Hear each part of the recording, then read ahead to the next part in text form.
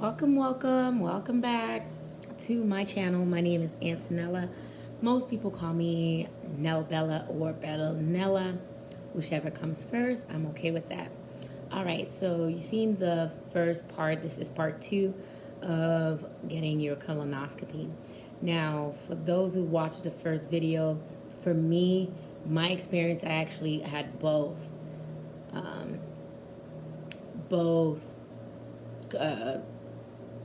the upper GI, I'm sorry, both. I had the EGD and the colonoscopy, so they were going in both ends, the bottom and the top. All right, so I had, I was gonna say twice the fun, but it wasn't.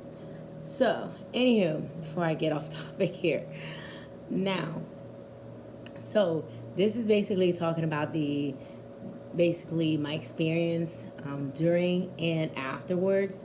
So after once you get to the hospital or whatever, or the surgery center, you get check in or whatever, and now hopefully you have good insurance if you have Medicaid or whatever it may be, if they cover it. So most of the time there is a copay, and for the colonoscopy part, it was very expensive, okay, because my insurance did not cover just this percentage, but my copay was like $1,000, and that's out of pocket, okay. So yeah, it can get very expensive. So you definitely want to take it very seriously, all right, because you don't want to have to come back again, okay. So if you do not prep properly or do follow the direction of getting the cleansing of your bowel and all of that done, you may have to come back, because you don't want to be misdiagnosed for anything. And if they can't get in there and it's just so much waste for them to go and look through, then you will have to be rescheduled, and again, it's expensive. You don't want to go through that. So I took it very seriously, because number one, I didn't have just money laying there to be paying over and over. So definitely take it seriously for those who have insurance or know they have a copay, because again, if the last thing you want is for the doctor or the surgeon to reschedule it and tell you, hey, we're gonna have to do this all over again because your bowels, or there's still a lot that was not clear enough or whatever for us to do a proper colonoscopy, whatever. Okay, so that's my advice for you ahead of time, just to let you know that on the financial part of it. Now, once you get there, again, like you check in, doing all that, the usual. Then you gotta wait your turn. Once it's your turn, then the nurse whomever, come and get you in a wheelchair, get you to strip down, put the gown on, okay, and then you go in that surgical room. They roll you in. They typically put you on because your stomach is on your left side, so you're gonna be laying. You're not laying flat on your back. You're laying on the side, on your left side, like sideways, right? And again, you're gonna be put to sleep. They, give you anesthesia, whatever. And so for me, I think I got kind of nervous because, how you like to have like a family member in situations like that, because you don't really know what's going on, because you're like put to sleep, and I don't know, just the thought of it, and just not having your loved one or your husband, or it's just, I don't know, I started panicking for some reason, right?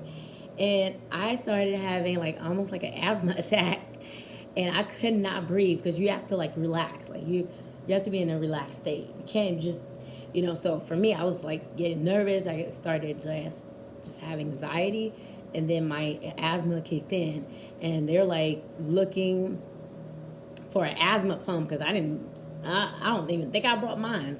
So then they got me an asthma, and then I had to inhale and breathe it in, and then get myself calm again.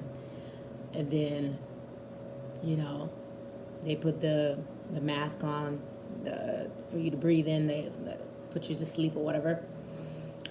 and you know that you just are inhaling that fume, whatever the anesthesia, and the way it feels is like it's almost like those dreams, like those movie when they kind of doze off, and it's like slowly fading away, kind of your life fading away, or you're about to die, kind of fading away, like in the movies. It almost it feels like that because it kind of keep you're getting like very relaxed, and as you're relaxing and breathing in and out, is all of a sudden it kind of like close down, like it start getting blurry and blurry and dark until it's like black. Okay, then it's over. Now, once you wake back up again, once you're to yourself, or your soul gets back into your body again, as I would say, you're in a recovery room at that point. Okay, everything is done. Like once you wake up, once you close your eyes, and once you wake back up, you're in a recovery room. Okay.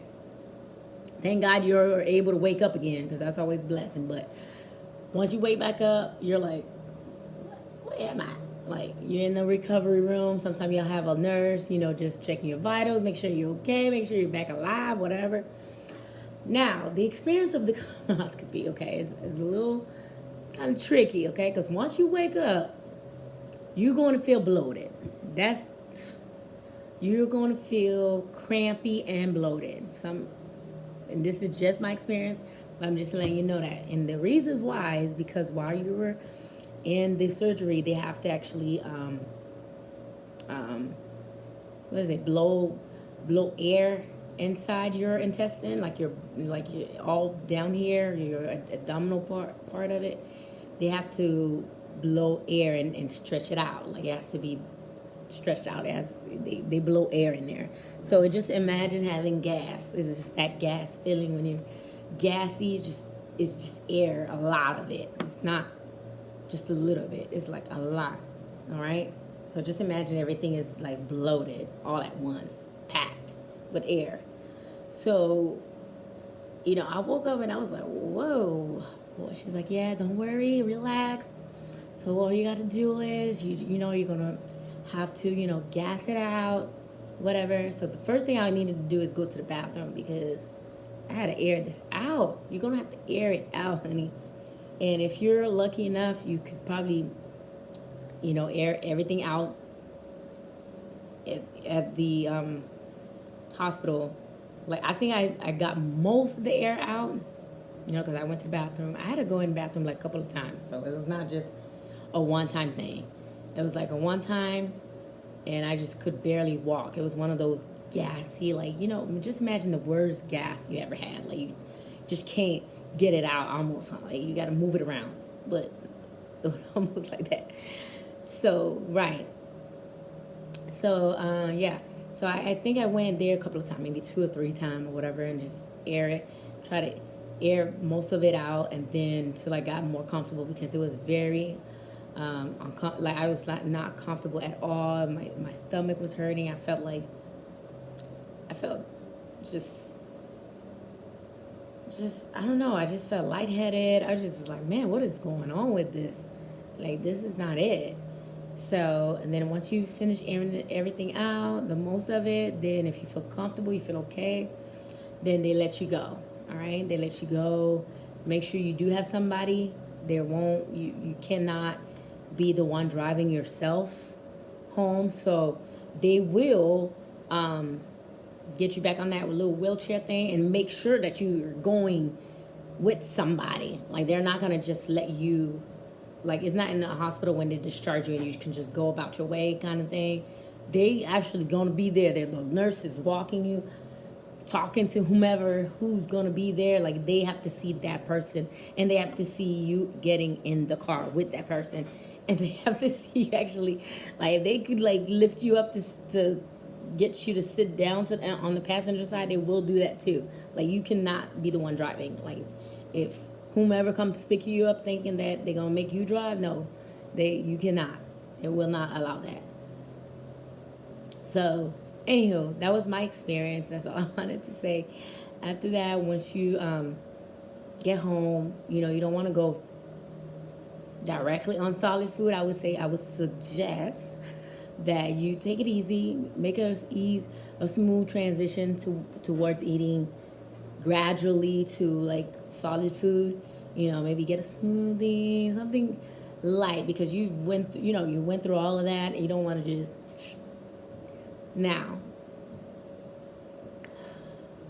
I don't even know why I'm saying this, but I didn't do that. Okay, I was craving a burger. I don't care. Like I was just like I was so hungry, and that's all I can think of. Now, did I pay for it later on because my stomach was hurting? Yes, I did. But at the moment when I was craving for it, I didn't care. That's what I wanted, and that's what I got. That's me. But I want you to be better. Okay, do better, be better than what I did, than me, right?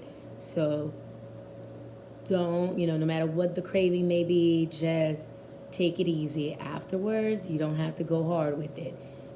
Get something light, and then maybe the next day, fish, chicken, or whatever, until you red meat lovers or whatever. All right? But that's all for today. That's all I got, guys. I hope you enjoyed. If you did, also, I would love to hear your story about how you overcame your situation about your colonoscopy, your results. For me, I was okay, thank God.